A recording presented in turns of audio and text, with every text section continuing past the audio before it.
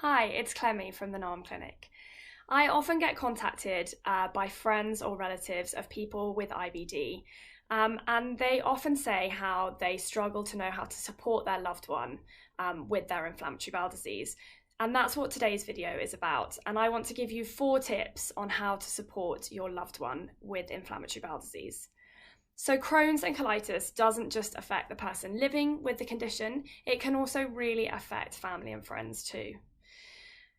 And the first tip that I want to give is to ask questions and to listen. So asking questions can really give the person suffering with inflammatory bowel disease the space to fully express how they're feeling and what they're going through, and it will help you to understand their experience better so that you can empathise with them. It's important as well to reassure them that they're not a burden on you, and I think this is really, really important because it's something that people with IBD, I think, worry about quite a lot, that they're a burden to their friends and family. Checking in regularly with the person to see how they're doing, to see how they're coping, can really also help them and open the door and give them the opportunity to talk if they want to. Number 2 is don't try and fix it. So Crohn's and colitis are lifelong chronic conditions, and although it can be really hard to see someone that you love and care about going through a difficult time, try to resist that urge to offer quick fixes to what they're going through. The chances are is they've probably tried a number of things already, and what has worked for one person may not work for another person because everyone's different. So just talking can be really powerful, just being there to listen.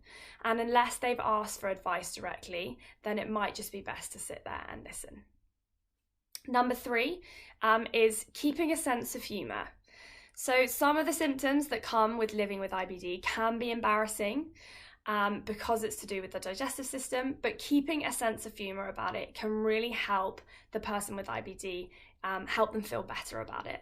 So this can help them realise that they don't need to be embarrassed of their symptoms around you. But there's a bit of a caveat to this. Make sure that you're laughing with the person and not at them. There can be a bit of a fine line, so be careful with this one. But sense of humour is really important. And the 4th and last one is be patient. Crohn's and colitis can be really unpredictable. One day you can feel really good, and the next day your symptoms can flare up and you can feel really terrible. And that makes planning things in advance more difficult. So the person might not know how they're going to feel from day to day and whether they'll be up to doing something. And I know that people with IBD often feel quite worried about letting people down if they have to cancel plans last minute. So that's important for you to understand that there's a reason why they're doing that. And it's obviously often quite out of their control if their symptoms flare up and if they feel really, really fatigued. So just reassure them that it's no trouble to make adjustments if needed and just be really flexible. Also, when planning trips or outings, people with IBD often might feel quite anxious going somewhere or going on long journeys where they might not have access to a loo, or they might seem fussy about where they can eat perhaps.